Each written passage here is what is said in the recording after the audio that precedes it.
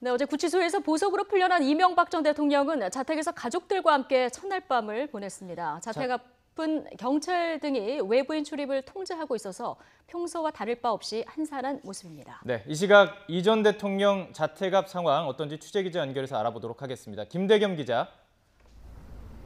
네, 서울 논현동 이명박 전 대통령 자택 앞입니다.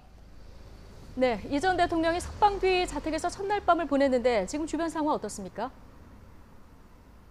네, 1년 만에 자유의 몸으로 자택에서 첫날 밤을 보낸 이 전 대통령 집 앞은 보시다시피 한산한 상태입니다. 제가 이곳에 새벽부터 나와 있었는데요. 경호처 직원 3명과 경찰이 잠깐 드나든 것 외에는 출입이 엄격히 제한되고 있습니다. 이 전 대통령이 퇴임 뒤 구속 전까지 지내던 자택은 지상 3층, 지하 1층 구조로 돼 있는데요. 제 뒤로 보이시는 것처럼 담벼락이 워낙 높고 창문에는 커튼도 쳐져 있어 내부 분위기도 알기 어려운 상태입니다. 취재진 외에는 오전에 별다른 방문자도 눈에 띄지 않고 있습니다.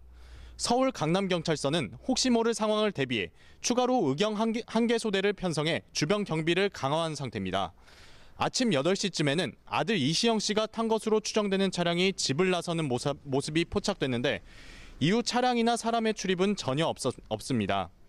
이른 아침에 한 이웃 주민이 자택을 찾아 전복을 갖고 왔다며 전해달라 했지만 안 된다고 해서 발걸음을 돌리기도 했습니다. 오늘 변호인단은 접견 일정을 따로 잡지 않아 이 전 대통령은 가족과 함께 시간을 보낼 것으로 보입니다.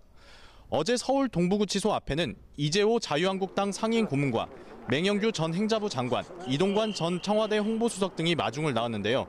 차량에 탄 이 전 대통령은 창문을 열고 측근들과 잠시 악수를 나눴습니다. 어제 저녁 최시중 전 방송통신위원장은 뒤늦게 이곳 자택을 찾았지만 이 전 대통령을 만나지 못하고 발걸음을 돌렸습니다. 어젯밤에는 이 전 대통령의 딸과 손자가 탄 차량이 집 밖으로 나오는 모습이 포착됐고 한 시민단체 회원이 이곳 자택 앞에서 석방에 항의하며 밤사이 소란이 일기도 했습니다. 구속 만기일보다 한 달여 빠르게 풀려난 건데요. 앞으로 재판 결과에 따라서 재수감 가능성도 있는 건가요?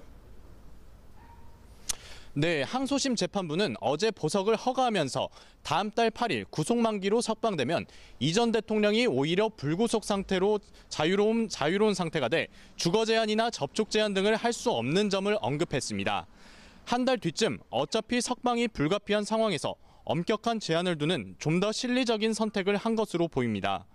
보석 기간 동안 주거지가 논현동 사저로 제한되고 외출과 통신을 비롯해 직계열 쪽과 변호인을 제외한 접견도 엄격히 제한됩니다. 병원 진료를 받을 경우에도 법원의 허가를 받아야 합니다. 다만 대포폰을 사용하거나 김윤옥 여사의 지인이 자택을 찾아올 경우 이를 막을 방법은 없어 실효성이 낮다는 지적도 있습니다. 이 전 대통령은 오는 13일 다음 공판부터 불구속 상태에서 항소심 재판을 받게 됩니다. 앞서 1심에서 징역 15년의 중형이 선고됐고 2심 재판부가 병보석 사유를 받아들이지 않는 만큼 항소심에서 앞선 구속기간인 349일을 넘는 실형이 나오게 되면 다시 구치소에 수감될 가능성이 높습니다. 지금까지 서울 논현동 이명박 전 대통령 자택 앞에서 YTN 김대겸입니다.